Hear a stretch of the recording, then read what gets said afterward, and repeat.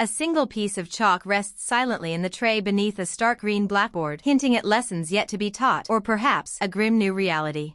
A hand reaches down, fingers closing around the chalk, a mundane action that belies the unsettling events about to unfold. Nam Dangu, the teacher, stands before the class, chalk held firmly between his fingers, his expression calm yet serious. He taps the chalk with a soft sound, his gaze unwavering as he prepares to deliver crucial instructions. Nam Dangu addresses the assembled students, stating that he will explain the rules one last time before the bell, emphasizing the need to cover only the key points due to time constraints. He gestures to the blackboard, explaining that 4 paths branch out from the center of the classroom, instructing the students to divide into 4 teams and begin map making. The task involves mapping, and Nam Dangu clarifies that they can use the previously agreed upon symbols or simply sketch as long as the map is understandable. He outlines the time limit, stating that the bell will ring after 50 minutes and everyone must regroup back at this spot by then. As Nam Dangu explains that they will combine their maps each time they regroup, a chilling sight is revealed outside the classroom window. A blood-splattered body lies motionless on the floor. The gruesome scene outside contrasts sharply with the teacher's calm demeanor as his hand taps the chalk, continuing his explanation. Nam Dangu points to an intricate diagram on the blackboard, assuring the students that by repeating this process, the complete map leading to the exit will naturally be formed. He pauses, his mouth slightly open, as he looks at his students and asks if everyone understands the instructions. Tense silence hangs in the air as Lee Swan, Jin Sua, and another student listen, their expressions a mixture of confusion and unease. Nam Dangu offers a gentle, reassuring smile, a small puff of air escaping as he observes the students' reactions.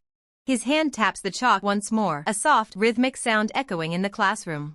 Turning his back to the class, Nam Dangu announces one last crucial instruction before they begin their perilous task. With a serious gaze, Nam Dangu warns his students never to overexert themselves, emphasizing caution above all else. He delivers a stark warning. If they encounter a monster, they are not to even consider fighting it, their lives are paramount. Nam Dangu continues, instructing them to run away immediately if they sense anything strange, and then to regroup in the classroom to collectively find a solution. Lee Swan and his fellow students stand together, their faces etched with a mixture of fear and apprehension, fully grasping the gravity of their situation. Nam Dangu clenches his fist, his voice firm as he declares that the most important objective is for everyone to return alive. The classroom is filled with the resounding ding-dong-dang-dong of the bell, signaling the start of their perilous journey. As the bell rings, the students begin to move, preparing to embark on their unsettling task. Students file out of the classroom, their backs turned as they step into the unknown, leaving Lee Swan in the foreground. Lee Swan stands alone by the window, his expression pensive, a moment of quiet contemplation before the chaos. A close-up reveals Lee Swan's thoughtful gaze, a small, barely audible puff of air escaping his lips as he processes the situation. Lee Swan looks out the window, a subtle shuddering sound accompanying his action, as if something is being revealed or concealed. His eyes widen in shock and disbelief as he questions how things could have possibly ended up this way. The chilling truth is revealed. The world outside their classroom window is no longer the familiar schoolyard, but a desolate, bricked-up wall, trapping them within a grim new reality. From the chilling revelation of a trapped world, we rewind to the very beginning, to the 44th period survival class, a title that now echoes with ominous foreboding. A few days prior, in the bustling city of Seoul, life unfolded with ordinary rhythm, unaware of the grim reality awaiting its inhabitants. The morning sun filters gently through the curtains, illuminating a peaceful bedroom where a young man still slumbers soundly. From outside the room, a mother's voice calls out, urging her son, Kim Doyeon, to wake up and eat. Kim Doyeon stirs slightly, his sleep stubbornly clinging as the morning call attempts to penetrate his slumber. Impatience growing, the voice outside the room sharpens, directly calling out Kim Doyeon's full name with an undeniable command. Finally awake, Kim Doyeon greets the morning, rubbing the sleep from his eyes as his mother reiterates her call to hurry for breakfast. He is identified as Kim Doyeon, 17, a first-year student at Seano High School, Class 4. At the breakfast table, Kim Doyeon's older sister, Kim Do-hyun, receives a stern reminder from her mother about using her phone during meals. Kim Doyeon, now enjoying his meal, playfully scolds his sister for her rudeness in front of such a delicious spread. Kim Do-hyun, a second-year student at Seano High School, Class 1, snaps back, telling her brother to eat quietly instead of bothering her, especially after oversleeping. Their mother, enraged by Kim Do-hyun's language, delivers a swift reprimand, striking her daughter who yelps in pain. Kim Doyeon cheers on his mother, hoping the blow will teach his sister a lesson about swearing. However, Kim Do-yeon's gloating is short-lived as his mother's hand swiftly connects with his own face, delivering a painful lesson. From outside the apartment building, the mother's voice echoes, urging both of her children to finish their meal quickly.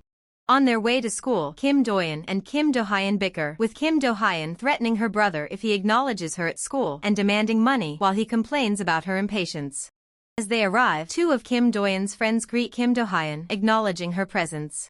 Kim Do-hyun, still focused on her earlier demand, loudly reminds Kim Do-yeon to send her the money. One of Kim Do-yeon's friends expresses surprise that the siblings came to school together, remarking on their seemingly close relationship, which Kim Do-yeon vehemently denies. Kim Do-yeon's friend explains that the siblings are together because it's their father's birthday and they are picking out a gift. The friend teases Kim Do-yeon, suggesting that picking out a gift together indicates closeness and encourages him to be more honest about his feelings for his sister. Annoyed by the teasing, Kim Do-yeon and his friends dash away from the school entrance, playfully shouting their irritation. A teacher, observing the students' antics, shouts for them to stop running and be careful. Kim Do-yeon and his friend pause, looking back with a confused expression at the unexpected interruption. A crowd of students has gathered, all looking intently at something beyond the frame, their backs to the viewer. More students approach the growing crowd, wondering aloud what has caused the commotion. Kim Do-yeon's eyes widen in surprise as he finally catches sight of whatever has captivated the other students. The camera pans to reveal the shocking sight that has captivated Lee Swan and the other students, a massive, dark circular hole ripped into the school grounds, cordoned off by yellow tape. Lee Swan's eyes are wide with disbelief as he exclaims, realizing the ominous black circle has appeared even at their school, noting its significant size. Lee Swan ponders if this black circle is the same infamous phenomenon they've all heard about. He recalls the chilling rumors surrounding these black circles, describing them as inescapable traps where one can never return. A chilling fact emerges: over 1,000 people have already vanished into these abysses, a revelation that deeply shocks Lee Swan. Lee Swan anxiously asks if their school has seen any victims, and upon hearing a reassuring answer, he breathes a sigh of relief. A security officer sternly orders the students to stop gawking and disperse, urging them to move along. As the scene is cleared, Lee Swan and his friends agree it's time to leave the unsettling sight. The black circle pulsates with an eerie, unknown energy, its depths seemingly endless and utterly unfathomable. The scene shifts, now inside a classroom, marked as 1 to 4, indicating the return to a more mundane setting. Lee Swan sits attentively at his desk, the previous unsettling encounter still fresh in his mind, as class resumes. Nam Dae-gu, the teacher, concludes the day's lesson, preparing for an important announcement that captures the students' attention. With 10 minutes remaining until break, Nam Dae-gu reveals he has a critical announcement for the class, his expression serious. Nam Dae-gu directly addresses the students, asking if they all witnessed the black circle that appeared at their school. He then reveals a tragic incident occurred just yesterday in another area, directly linked to a black circle, as he holds up a communication notice. The black circle phenomenon is defined as mysterious circular holes that have recently materialized across the globe, a global enigma. Investigations reveal these circles defy gravity, extending from the sky deep into the earth, a truly anomalous occurrence. Their sizes vary drastically, from a mere palm to large enough for a car, appearing without any discernible pattern or predictability. Despite humanity's relentless efforts to uncover the phenomenon's true cause, no breakthroughs have been made. Essential details like their internal nature or origin remain a mystery, as electronic devices fail instantly upon entry, severing all communication. The most terrifying truth is revealed: to this day, not a single person who has entered a black circle has ever returned. Nam Dae-gu then brings up the recent news of 5 elementary school students who went missing just yesterday, his face etched with concern. He explains that the children discovered a newly formed hole after school, drawing the students into their tragic tale. Driven by curiosity, they ventured inside to explore, and just like the others, they vanished without a trace into the abyss. Nam Dae-gu laments the children's fate, reiterating the grim reality that once inside, there is no return and no way to be found. Nam Dae-gu warns everyone to be extremely careful, emphasizing that they should never even consider approaching or playing near the circles. The school bell rings, signaling the end of the class as Nam Dae-gu looks up, the sound cutting through the somber atmosphere. Nam Dae-gu gives his final instructions: report any new discoveries immediately and always remain vigilant of their surroundings. The students collectively affirm. After class, Lee Swan walks with his friends, the day's grim warning still lingering in the air as they head out. Lee Swan waves goodbye to his friends as they part ways, heading home after an eventful day filled with unsettling revelations. Lee Swan, still processing the day's unsettling revelations, waves goodbye to Jin Sua as they part ways on the bustling street. Jin Sua watches him go, a hint of concern in her expression. But as Lee Swan walks away, a sudden thought or realization flashes across his face, his eyes wide with a mixture of shock and disbelief. A similar expression of wide-eyed shock crosses Jin Sua's face, as if she's experiencing the same unsettling thought or memory. The city skyline glows with the fading light of dusk, the tall apartment buildings standing silent against the orange-hued sky. Suddenly, the scene shifts to a warm, celebratory moment. Confetti rains down as a son and daughter, brimming with joy, exclaim, "Happy birthday, Dad." Their father, wearing a festive party hat, beams with happiness, thanking his son and daughter for their heartfelt wishes. The daughter proudly presents a wrapped gift, declaring it's a present they bought together. Their father, touched, wonders how they found the time to prepare it amidst their studies.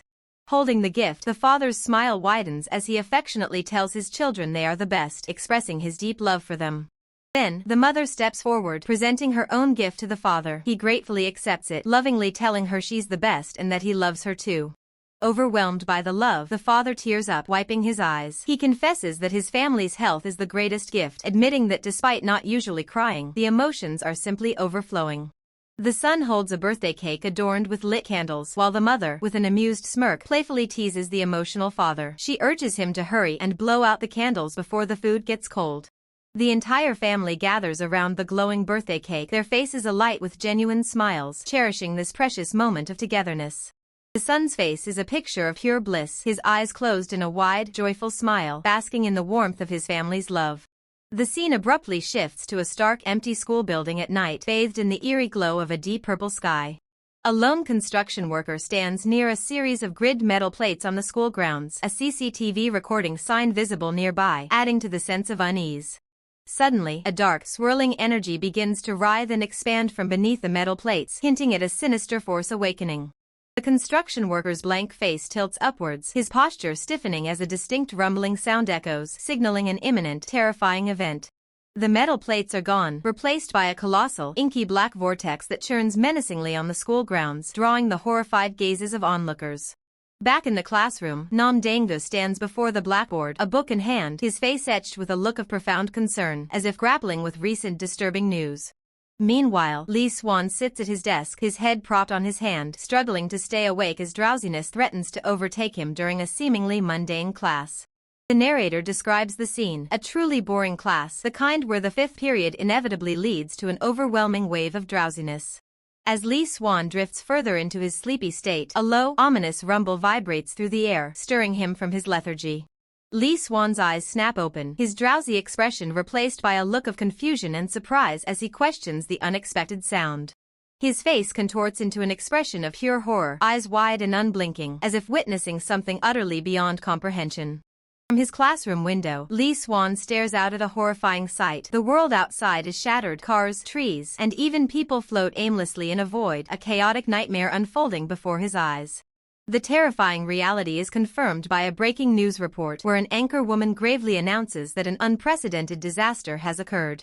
She elaborates on the catastrophe, reporting that a massive, inexplicable hole has appeared at Seono High School in District 00, Seoul, plunging the city into chaos.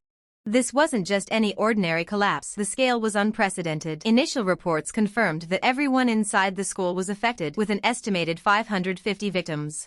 The bustling cityscape of Seoul, usually a beacon of vibrant life, was now overshadowed by an unimaginable disaster.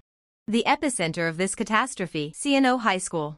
A chilling silence fell over the gathered onlookers, their faces reflecting a collective horror as they stared at the unfolding tragedy.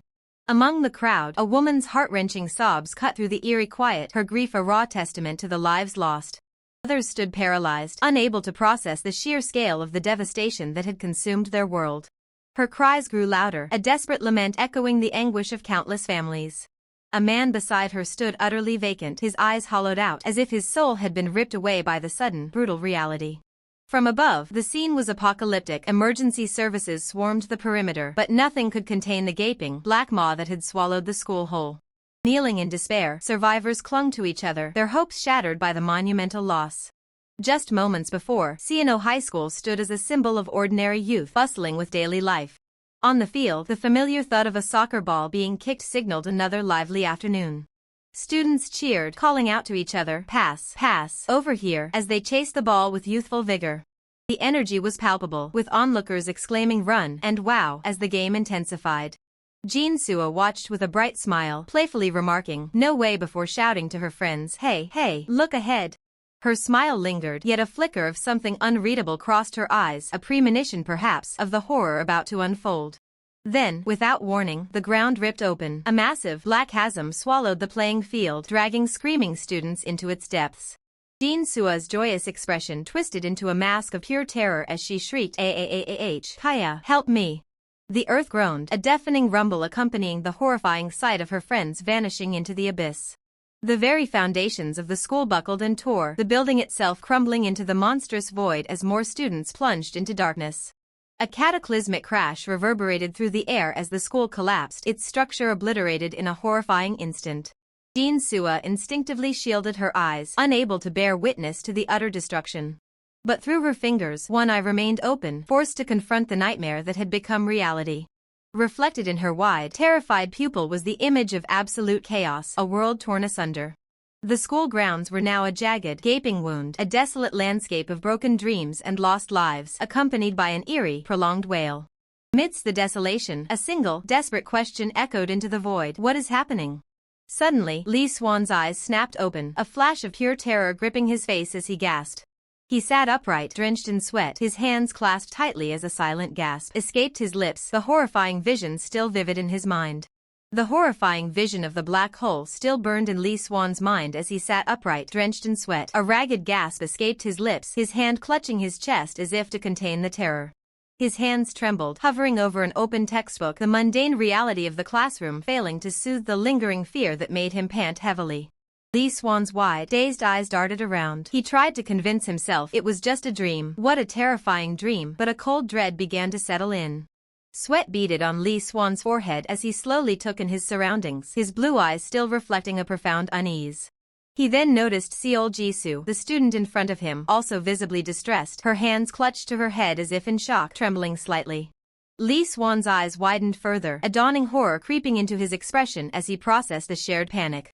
A female student nearby gasped aloud, clutching her chest, her reaction mirroring the widespread shock rippling through the classroom. Lee Swan's face contorted in a mix of confusion and dread, his eyes fixated on something unseen, the pieces of his nightmare beginning to align with reality. He turned his gaze towards the window, but instead of the familiar outside world, only an unsettling, absolute blackness stared back. A chilling realization washed over Lee Swan, his eyes wide with stark terror as he uttered a silent, horrified "ah." The truth slammed into him. It wasn't a dream. The school really fell into the black hole. The void outside the window confirmed his worst fears. Lee Swan's head snapped towards the front as a hand sharply tapped the blackboard, drawing the class's attention. Nam Dangu, the teacher, stood before the class, his voice firm as he instructed everyone to check if your friends next to you are safe. Students nervously turned to their classmates, their faces etched with concern as they assessed each other's well-being. Amidst the worried glances, some students, like the wide-eyed boy, showed clear signs of fear, while others, like the student with red eyes, remained eerily calm. With a sigh of relief, Nam Dangu announced, "Thankfully, it looks like no one is injured," his words a small comfort in the overwhelming situation. A student raised their hand, calling out, "Teacher." Nam Dangu acknowledged her. "Oh, Siana," preparing for the inevitable question. Siana, the student who had called out, voiced the question on everyone's mind. What's going to happen to us now? Nam Dangu remained silent for a moment, his gaze distant, clearly grappling with the gravity of the unknown. Finally, he made a decision, declaring, "I'll go check on the situation. Everyone, stay put and wait," before turning to leave. Nam Dangu began to walk away, his footsteps echoing in the tense silence of the classroom as Lee Swan watched him go. Lee Swan's worried expression remained fixed, his eyes wide as a subtle sound of a door or tremor filled the air, heightening his anxiety. Internally, Lee Swan questioned the teacher's calm, thinking, "What do you mean, what's going to happen?" His mind raced, contrasting the logical thought, "Of course, we should go home," with the terrifying memory of his dream, a hole that, once you enter, you can never come back from. Lee Swan's eyes, now pools of deep blue, reflected the sheer, unadulterated horror of their inescapable predicament. He tried to rationalize, a faint, unsettling smile playing on his lips despite the sweat, thinking, "Look, no one is hurt. His internal monologue continued, desperately seeking comfort. We fell, yet we're completely fine. That's strange. Maybe this isn't as big of a deal as it seems? The empty desk beside him offered no real reassurance. His internal monologue continued, desperately seeking comfort, as he pondered if the school was only partially consumed by the black hole. If so, a desperate escape to the rooftop might still be possible. Suddenly, Seol Jisoo's voice cut through his thoughts, calling out to Lee Swan, who responded with a startled, confused sound. Seol Jisoo's eyes widened with a mix of fear and disbelief as she pressed him, asking if he, too, had witnessed the impossible event.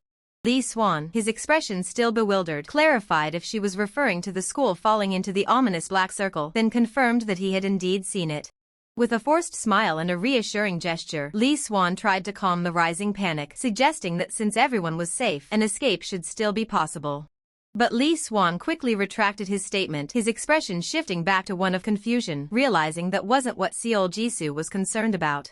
He looked at Seol Jisoo, his brow furrowed in confusion, asking what else she could possibly be talking about, given their current predicament. Seol Jisoo remained silent, her gaze distant, lost in a profound and unsettling realization that Lee Swan could not yet grasp. Her eyes glowing with an eerie yellow light, Seol Jisoo finally spoke, revealing her chilling observation. The school itself had fundamentally changed. Lee Swan's face contorted in shock, a bead of sweat tracing his temple as the gravity of Seol Jisoo's words began to sink in. He looked around the classroom, the windows now dark and distorted, a chilling confirmation of Seol Jisoo's unsettling claim about the school's transformation. Even Nam Dangu, the teacher, showed a rare flicker of concern, his usual composure cracking under the inexplicable circumstances. Park Sunmi, another student, mirrored the teacher's unease, her expression a clear sign of the growing anxiety among the class. Unaware of the unfolding horror, Chai Yejuan remained blissfully asleep at her desk, her soft snores a stark contrast to the rising tension. Another student muttered to himself, hunched over his desk, seemingly oblivious or lost in his own world amidst the strange changes. Meanwhile, a student cautiously peeked out of a classroom, only to be met by a hallway that stretched into an impossible, inky blackness. His face contorted in utter shock and terror, the student could only utter a single, disbelieving sound as he stared into the void. The hallway ahead was grotesquely elongated and twisted, prompting the student to question if his own eyes were playing tricks on him. He desperately fumbled with his phone, his face etched with growing despair as he tried to make sense of the impossible situation. His voice laced with frustration, the student questioned if he couldn't even make a simple emergency call, trapped within the distorted confines of the school. A single, hesitant step echoed in the eerie silence, the student's foot making a soft tap as he ventured further into the unknown. Suddenly, a shadowy, distorted figure of a girl with red ribbons materialized behind him, causing the student to gasp in terror, barely managing to utter class. He whipped his head around, his eyes wide with a primal fear, confronting the horrifying presence that had appeared from the shadows. Back in the classroom, Lee Swan, still reeling from Seol Jisoo's revelation, asked what she meant by the school having changed. Seol Jisoo remained silent, her gaze fixed, lost in her thoughts as she struggled to articulate the profound alterations she had witnessed. Lee Swan, with a sudden realization, pointed upwards, his expression a mix of shock and dawning comprehension. He continued, his finger now pointing downwards into an abyss, explaining that when the school was falling, everything had been distorted. His hand, now visually twisted and elongated, served as a chilling metaphor for the complete distortion he had witnessed during the descent. He described the horrifying sight of things fusing together, grotesque limbs emerging from the darkness as reality warped around them. The terror in his voice grew as he recounted how objects had disappeared, split apart, and stretched into unimaginable forms, a true nightmare unfolding. The terror intensified as he described the sensation, a horrifying reconstruction of reality itself unfolding before his eyes, as he gazed down at the unsettling doll. Back in the classroom, Lee Swan, bewildered, questioned the teacher's words, while Jin Sua pondered the chilling implication of reconstructed. In the nightmarish vision, Nam Dangu, gripped by fear, demanded to know the doll's identity as the unsettling figure inquired about his arm. The doll's vacant, black eyes stared up, an unnerving stillness preceding the impending horror. Suddenly, the doll's face twisted into a grotesque, gaping scream, its clawed hand lunging forward with deadly intent. Nam Dangu's face contorted in a silent scream, a single, choked "what" escaping his lips as the horror intensified. A chilling "that" was all he could utter as the shadowy doll figure attacked, tearing apart its victim against a stark red backdrop of pure violence. The classroom was suddenly bathed in a horrifying crimson light, the doll's monstrous silhouette visible through the windows, attacking outside. Lee Swan and another student stared in wide-eyed, absolute terror, unable to process the nightmarish scene unfolding before them. A grotesque, blood-stained clawed hand emerged from the darkness, a harbinger of the approaching doom. A headless body staggered into the classroom doorway, swaying precariously as if still searching for its lost head. With a sickening jolt, the headless body finally collapsed, crumpling to the floor out of sight. The monstrous doll, now with grotesquely elongated, clawed arms, advanced into the classroom, its limbs slapping against the floor as Jin-Soo watched, frozen in terror. Jin-Soo could only manage choked, silent gasps as the horrifying reality seized her. A blood-curdling scream tore from Jin-Soo's throat, her hands flying to her head in utter despair as tears streamed down her face. A wave of desperate screams erupted through the classroom, while Lee Swan, unable to see the full horror, frantically questioned what was happening at the front. A student named Oh Sung-ji spun around, his face etched with alarm as the chaos unfolded. Oh Sung-ji desperately shouted a warning, ordering everyone to retreat, declaring that a murderer was at the front of the classroom. Chaos erupted as students screamed and scattered, overturning desks in their haste. Lee Swan, still processing, questioned the reality of a murderer, while another student frantically urged everyone to just run. Shouts of "hurry up" and "don't push from behind" filled the air as the students surged towards the exit, leaving Lee Swan stunned at his desk. Oh Sung-ji desperately commanded them to open the back door quickly, his voice strained with urgency. The student cautiously peeked through the barely open door, his eye wide with apprehension at what lay beyond. From the perspective of the doorway, the ominous shadow of the doll-like creature stretched across the darkened hallway, its presence chillingly close. The doll's unsettling, emotionless gaze fixed on something unseen, its pale face a mask of silent menace. A foot in a sandal tentatively began to step out of the classroom, cautiously venturing into the hallway's oppressive darkness. The student's foot landed firmly on the floor outside the door, committing to the unknown dangers of the hallway. With a decisive step, Oh Sung-ji pushed through the doorway, his back to the classroom as he moved quickly into the hall. Lee Swan, his eyes wide with a sudden realization, called out to the fleeing students, urging them to wait a second. Nam Young-woo, the class president, screamed a desperate warning, his arm flung out to block the exit, forbidding anyone from leaving the classroom. As the desperate warning echoes, a hand violently grabs Lee Swan's shoulder, yanking him back from the doorway. Lee Swan stumbles backward, collapsing onto the floor in shock, restrained by a female student.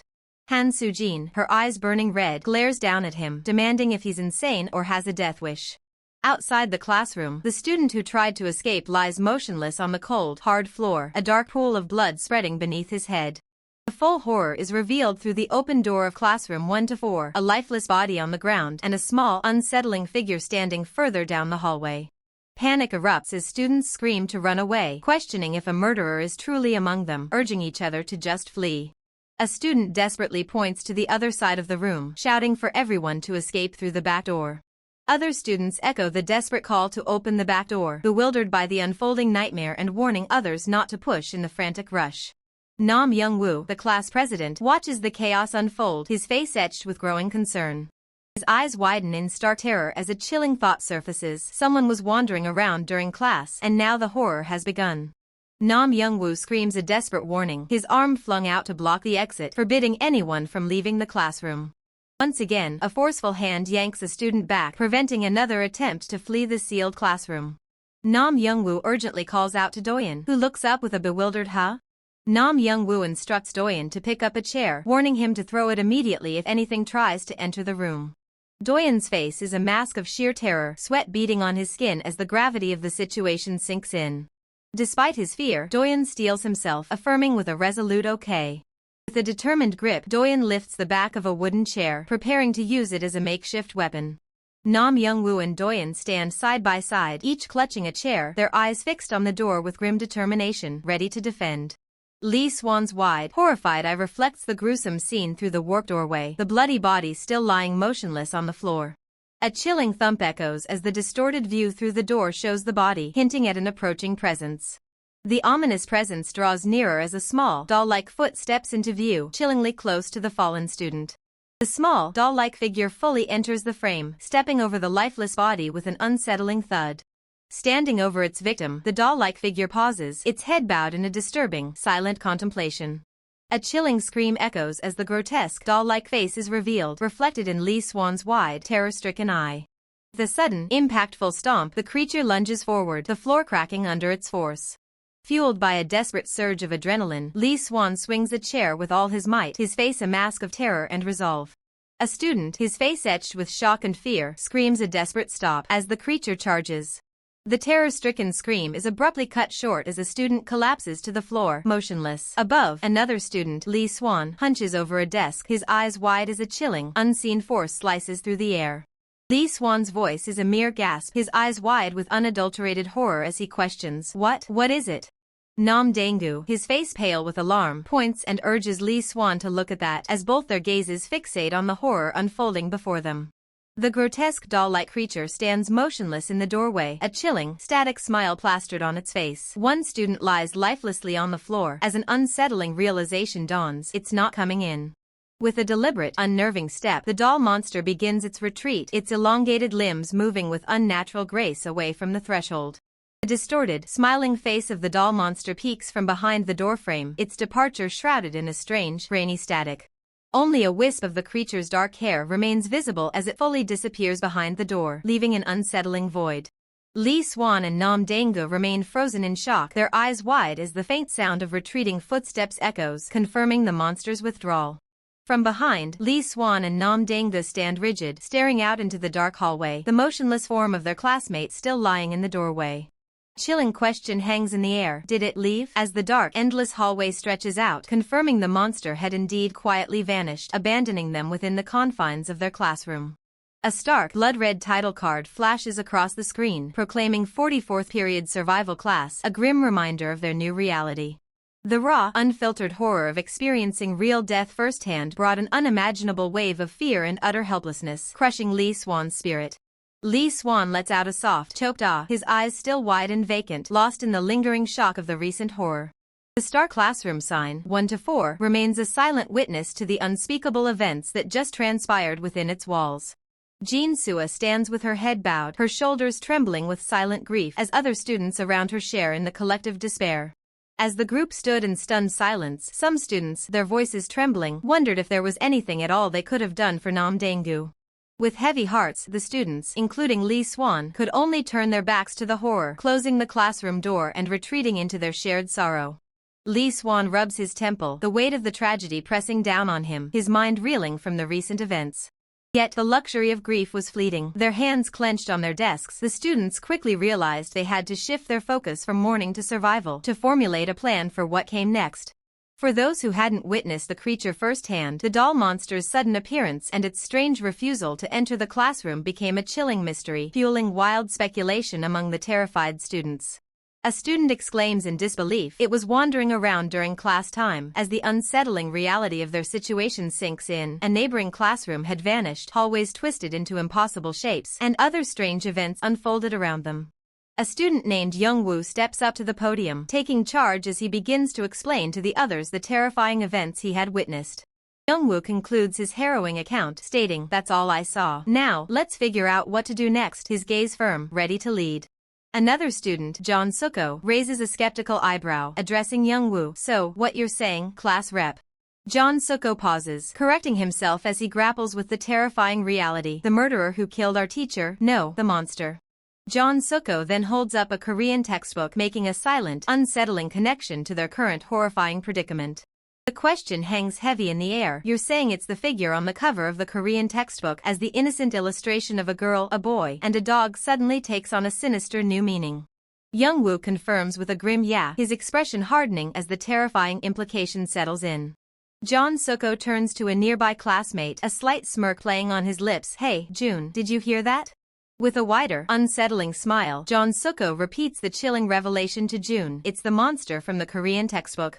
As the terrifying truth of the textbook monster settles in, John Suko wears a disturbing smile, seemingly unfazed by the grim reality.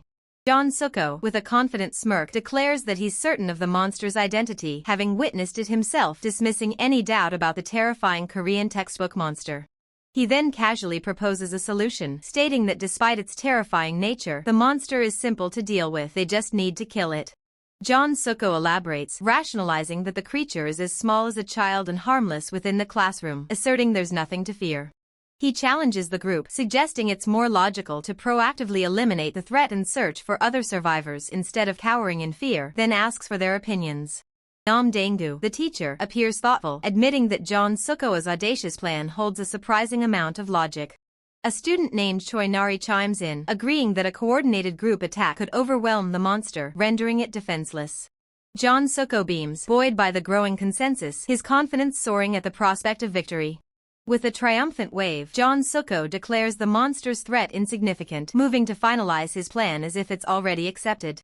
Suddenly, Lee Swan interjects, his expression grave, urging caution and demanding they consider the potential worst-case scenarios. Lee Swan presses his point, highlighting critical unknowns. What if physical attacks are useless, or if an unforeseen element completely changes the fight?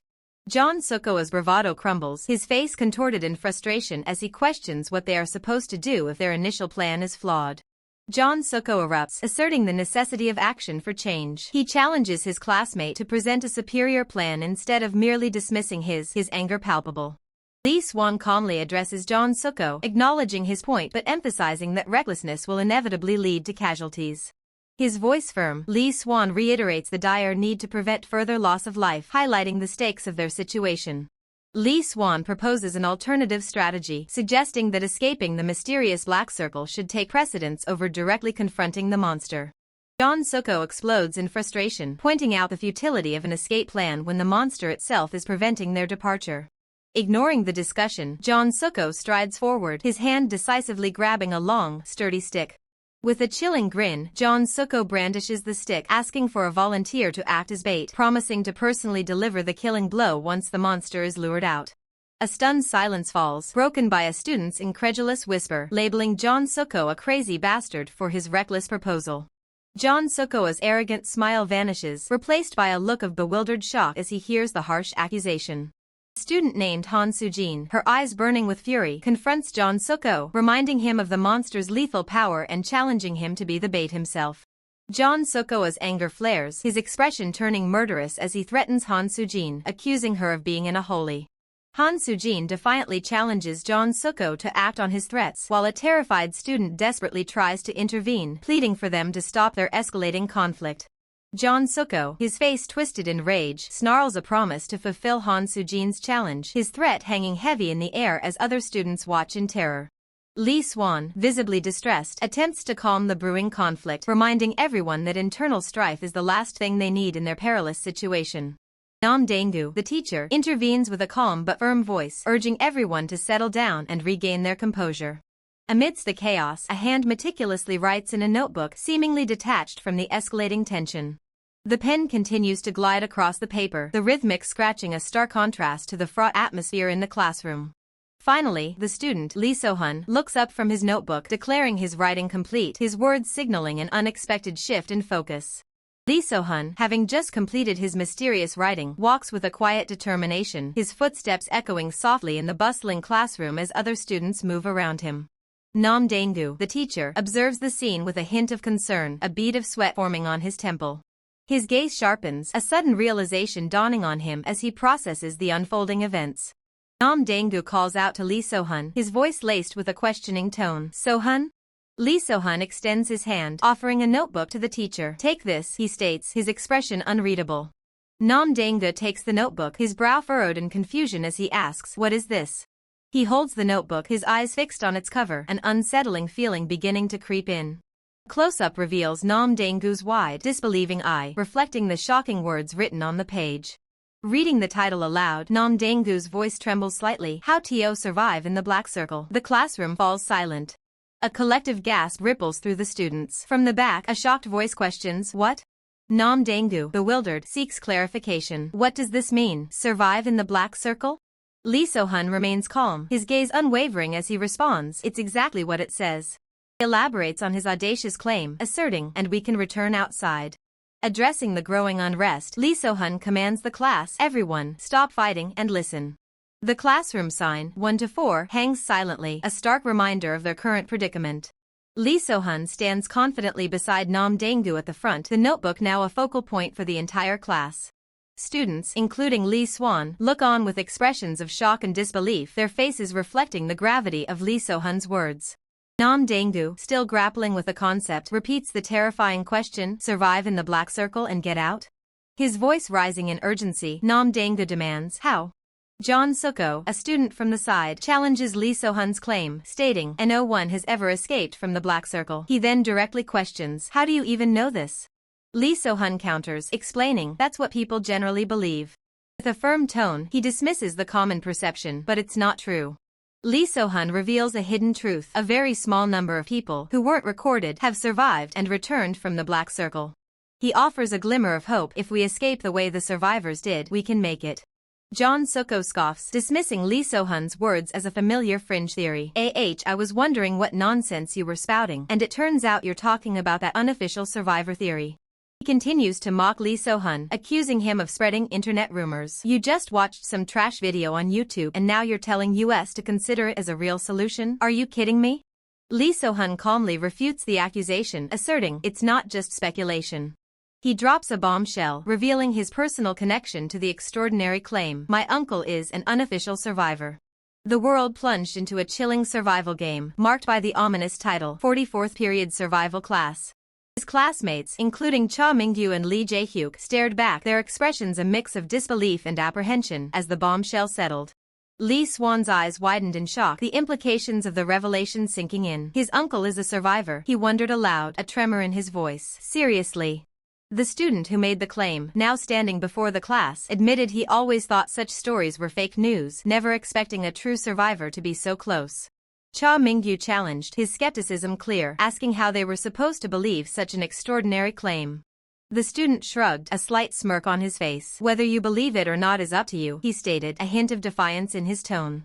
He continued, pointing out the undeniable reality. But since we're already trapped in the black circle, there's no harm in listening, right? Cha Mingyu looked on, contemplating his words. A collective agreement settled, with Cha Mingyu conceding, fine, then, let's hear what you have to say. The class returned to their seats, listening intently as the student began to read from his notebook. To survive the black circle, the student explained, one must first understand its true nature. He revealed the first crucial detail: the black circle is a place where everything except living beings is distorted. Lee Swan's eyes widened in shock. Everything is distorted, he murmured, the concept unsettling him. The student clarified, emphasizing the scope of the distortion: literally, everything except living organisms like us. He reminded them of their recent encounter, stating, you saw the monster, so you should understand. Outside the classroom, it's no longer the school we knew. Lee Swan listened intently, the student's words echoing his own observations. Almost everything has been reconstructed in a negative way, the student continued. Lee Swan recalled it sounded similar to what Siana had said. Siana, still grappling with the concept, confessed, I still don't fully understand what you mean by distorted. She pressed further, posing two critical questions. Why is our classroom still intact and unchanged? And how distorted does something have to be for monsters to come out of textbooks? The student paused, then addressed her first query. As for your first question, he elaborated, explaining that at the moment they fell into the black circle, the closer something was to a living being, the more it retained its original form. Lee Swan, connecting the dots, realized, most likely, the other classes are safe as well. Jean Sua listened, her expression pensive as she processed the complex information. Lee Swan called out, a new thought dawning on him. Hey! The student then moved on to her second question. As for your second question, the monsters that came out of the textbooks. He reiterated his earlier point to the class. Earlier, I said everything except living beings was distorted, right? The student revealed a chilling detail. It's not just physical objects that got distorted. He continued, the weight of his words hanging heavy in the air, abstract concepts, too. He listed examples, illustrations in textbooks, common school ghost stories. He continued, his voice grave, explaining that things that shouldn't exist in reality, all of these abstract concepts, have distorted and manifested into reality. The student concluded his explanation, leaving the class to ponder the terrifying implications of his words. A chilling silence fell over the classroom, broken only by a rising tide of murmurs as Lee Swan's unsettling explanation resonated with terrifying clarity. Such talk would typically be dismissed as the ramblings of a delusional mind, yet the palpable tension in the air suggested a darker truth. Lee Swan himself appeared deeply troubled, sweat beading on his brow as the weight of his own words settled upon him. His wide, anxious eyes darted around, searching for any sign of disbelief or understanding from his classmates. He cast a nervous glance downwards, as if the very floor might open up and swallow them whole. A fleeting, innocent image of a cheerful girl flashed through his mind, a stark contrast to the grim reality. But the memory quickly twisted into a horrifying vision of a distorted doll, confirming that he had indeed witnessed this nightmare with his own eyes. Just as Lee Swan's words had thoroughly unsettled the classroom, a new, unexpected disturbance began to unfold. Lee Swan's attention snapped to a sudden outburst as a student urgently called out to the others. Choi Nari, her voice laced with urgency, pointed towards the window, instructing everyone to look outside. Collective gasp rippled through the class as a single finger pointed towards the pane, drawing every eye to the world beyond. Lee Swan, along with his classmates, craned his neck, his gaze fixed on the window, his expression a mix of apprehension and dawning horror. A student's voice cut through the tension, revealing that they could now see outside, implying the previous darkness had lifted. Panic began to set in as Lee Jae-hyuk and Cha Mingyu demanded to know what was visible, desperately asking if an exit could be seen. Through the gloom, a faint light glimmered, prompting a student to question its nature. Was it merely light, or something more? The hope of an exit was quickly dashed as another student clarified, stating they saw something resembling a wall, not just a distant light. The class collectively stared upwards, their faces etched with a mixture of confusion and growing dread as the impossibility of their situation began to sink in. Their expressions shifted to outright terror, mouths agape, as the full implications of the bizarre phenomenon outside became undeniable. The view outside the window revealed a horrifying truth: the world beyond was nothing but a distorted, endless expanse of their own school building. Lee Swan gazed out with wide, horrified eyes, confirming the twisted reality. The school, once familiar, had become a surreal, inescapable maze. He pressed his hands against the glass, leaning in for a closer look, his face a mask of disbelief and desperation. The impossible architecture of the surrounding school buildings loomed, a labyrinth of brick and glass with no discernible exit. Amidst the growing panic, Seo Yerim seemed to lose herself, her eyes closed, her body swaying as if detached from the terrifying reality. Lee Swan frantically tried to shake Seo Yerim back to reality, his voice filled with urgency as he pleaded for her to regain her composure. His gaze returned to the window, a single word escaping his lips, a testament to the utter despair that was beginning to consume him. The question hung heavy in the air, echoing the collective fear of the students. Could they truly escape this impossible trap? Nam Dae-gu, the teacher, attempted to regain control, addressing the stunned students and suggesting they resume their discussion amidst the chaos. The classroom sign for room 1 to 4 hangs outside, indicating the setting for the unfolding events. Lee Swan stood among his classmates, his expression still wide with a mix of surprise and uncertainty as the implications of their situation began to settle in. A hushed silence fell over the classroom as the students, including Jin Sua, absorbed the gravity of their new reality. The chilling rules of their new world were laid bare on the blackboard. Monsters were hostile and to be avoided, and time itself warped, with one day outside equating to a year inside the black circle, eliminating any hope of external aid. Nam Dae-gu, standing beside Lee Swan, emphasized the final, crucial point: the only path to comprehending their new reality was through direct observation. Lee Swan, reflecting the teacher's words, conveyed the need to observe, analyze, and approach every situation with a studious mindset. As Lee Swan diligently sketched on his paper, he recalled that these were the very instructions his uncle had imparted to him. His hand meticulously circled the phrase, the mindset of studying, reinforcing the core principle of their survival. The information they received about the Black Circle was certainly not some overpowered cheat code or ultimate guide, despite what a hopeful textbook might suggest. Instead, it resembled a grim textbook designed only to prepare them for the absolute worst-case scenarios within the terrifying Black Circle. Lee Swan considered the gravity of the situation. Calling this a mere survival guide would be a severe understatement, given the dire circumstances. Outside the classroom windows, a hazy, unsettling glow permeated the air, hinting at the distorted reality beyond their temporary sanctuary. A bead of sweat trickled down Lee Swan's temple as he processed the chilling implications of their predicament. The most critical piece of information, point 5, was highlighted: the path to escape. The exit was not where they had fallen in, but deep within the complex, labyrinthine structure of the Black Circle, at its absolute lowest point. This singular revelation, the true location of the exit, transformed their seemingly basic information into the ultimate guide for navigating the Black Circle. Nam Dae-gu surveyed the classroom, asking if everyone had grasped the crucial information that had just been explained. With a determined expression, Nam Dae-gu declared it was time for them to venture back outside. A sudden, sharp ringing sound emanated from a speaker on the desk, cutting through the tense silence. An advertisement banner is shown. An advertisement banner is shown. Nam Dae-gu stood resolutely at the podium, facing the class beneath the national flag, preparing to address the students further. Lee Swan and his classmates watched intently, their gazes fixed on Nam Dae-gu as they awaited the next crucial instructions. The class, including Nam Dae-gu, Seol Jisoo, and Park Sunmi, actively engaged in a discussion, sharing their thoughts and opinions. They diligently gathered and refined the best ideas, meticulously crafting a feasible plan as Nam Dae-gu erased the blackboard, symbolizing a fresh start.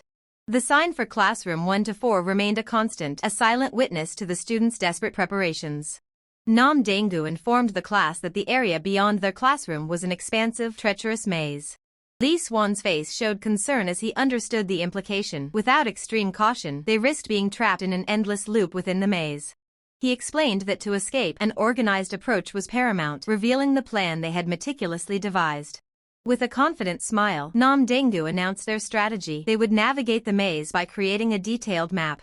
To ensure their safety, Nam Dae-gu explained they would first form into teams of 4. Then, during designated breaks, each team would diligently draw maps, meticulously documenting their path and preventing any chance of getting lost in the labyrinthine corridors. As class time neared its end, marked by the precise ticking of a wristwatch, they would prepare to return. The teams would then converge back into the classroom, exiting the dangerous maze through a glowing portal.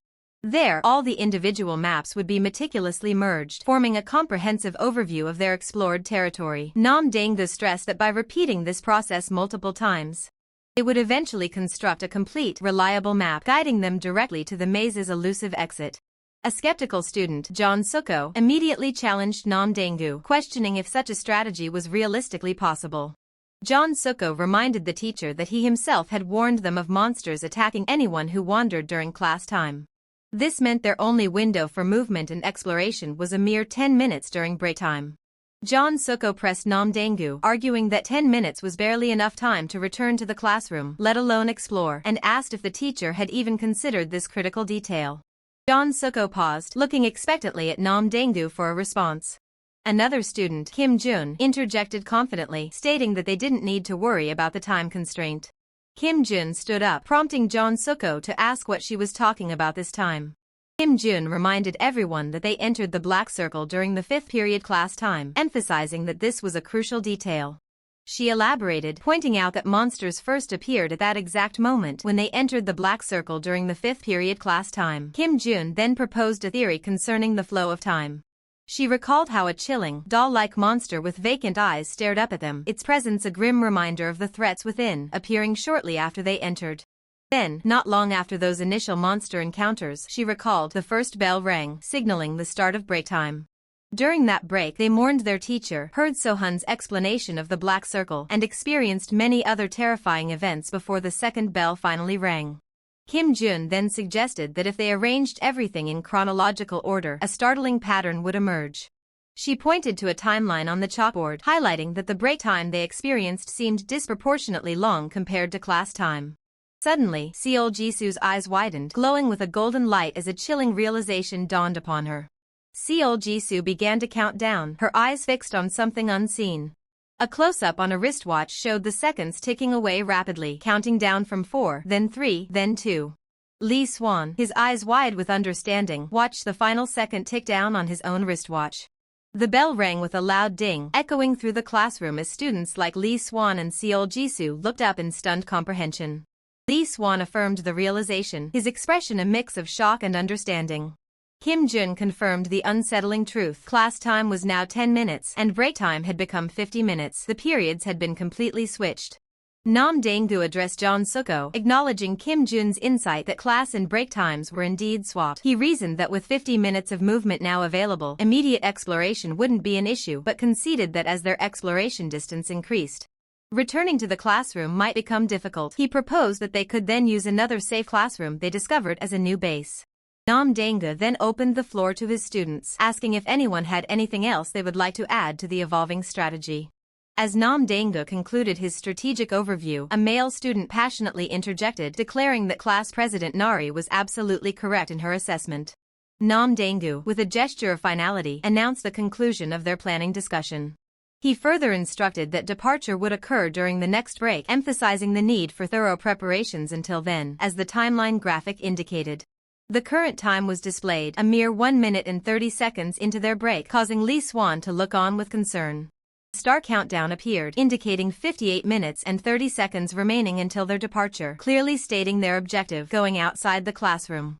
The chapter's title, Survival Class 44th Period, flashed across the screen, followed by a clear sign identifying their location as Class 1 to 4. The students began their preparations with meticulous care, ensuring everything was ready before venturing outside the classroom. Among their improvised tools, a sturdy mop head lay ready for use.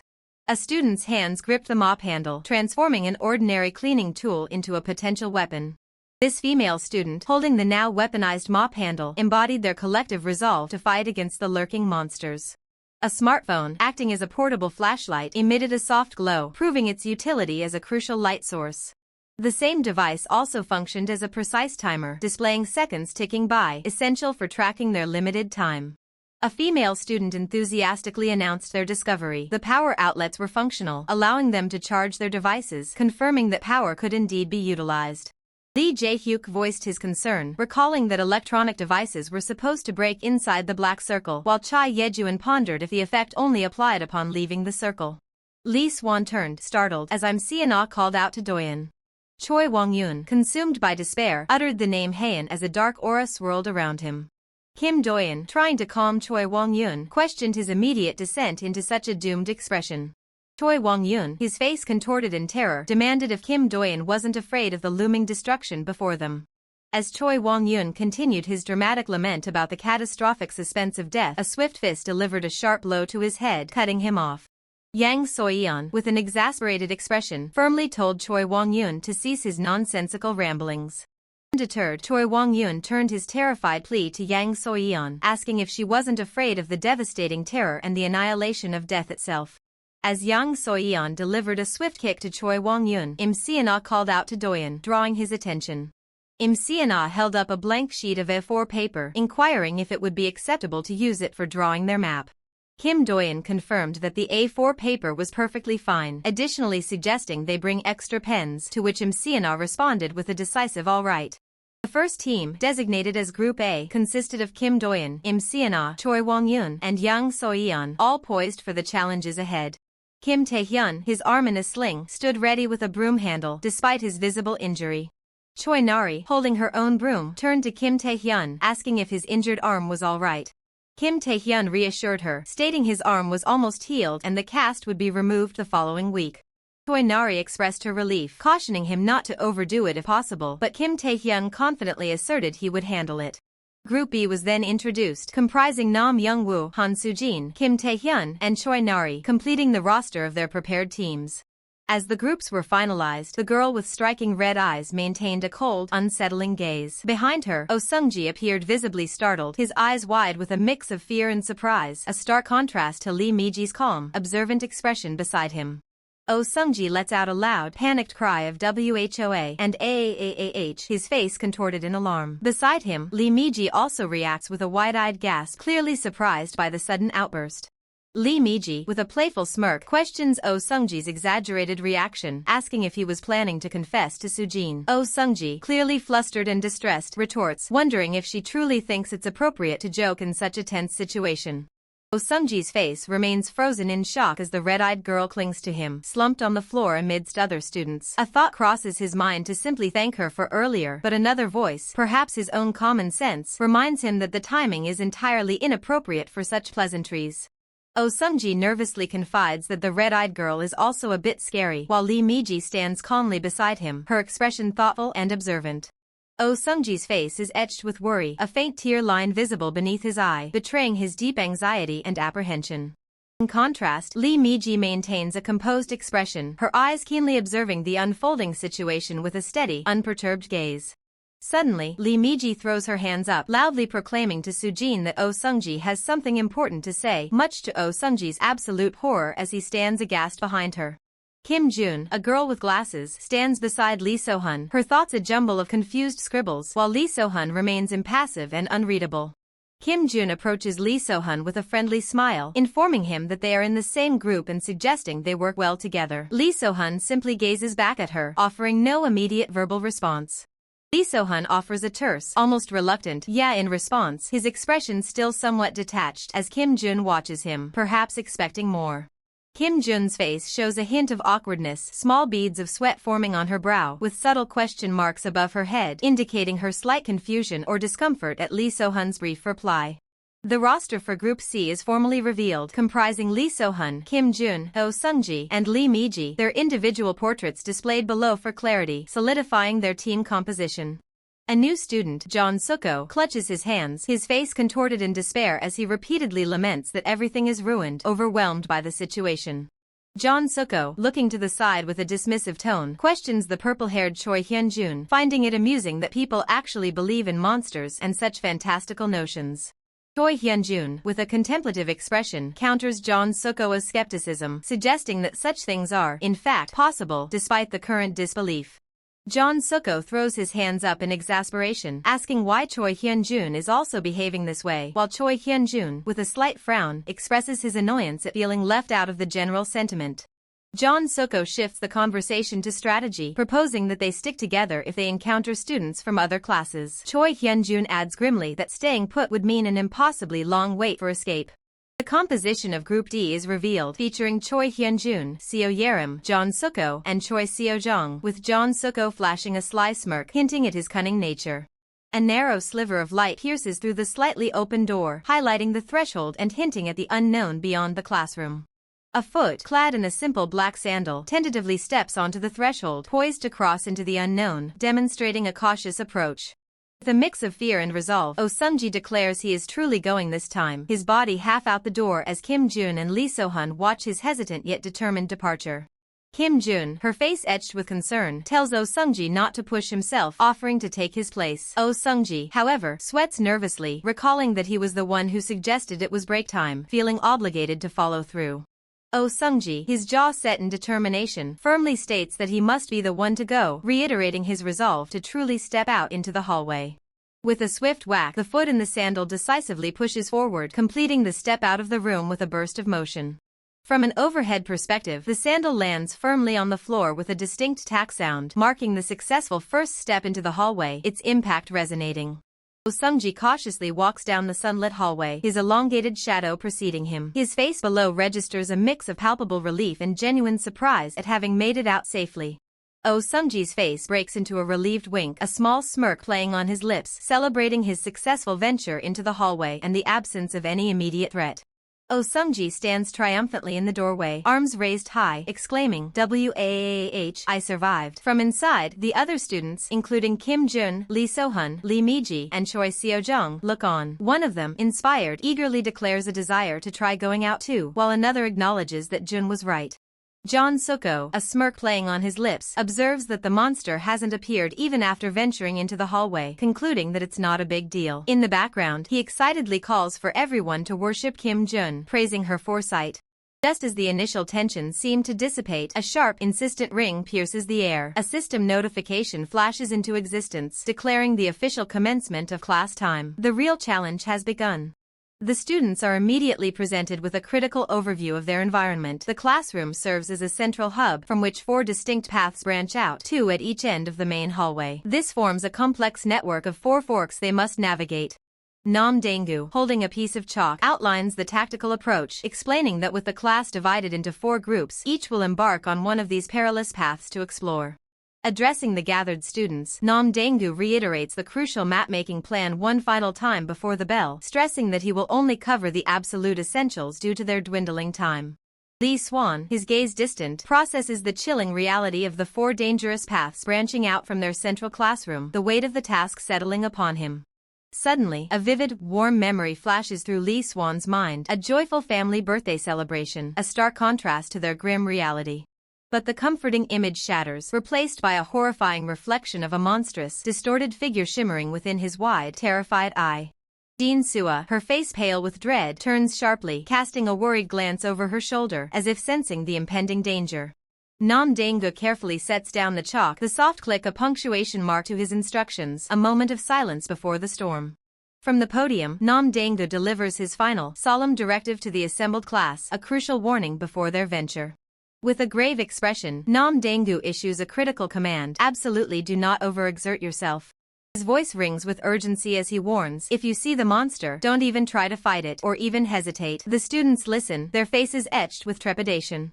Nam Danga continues, his words echoing through the room. If you sense even the slightest strange feeling, run away immediately. We must all work together to find alternatives. The students absorb his life-saving counsel.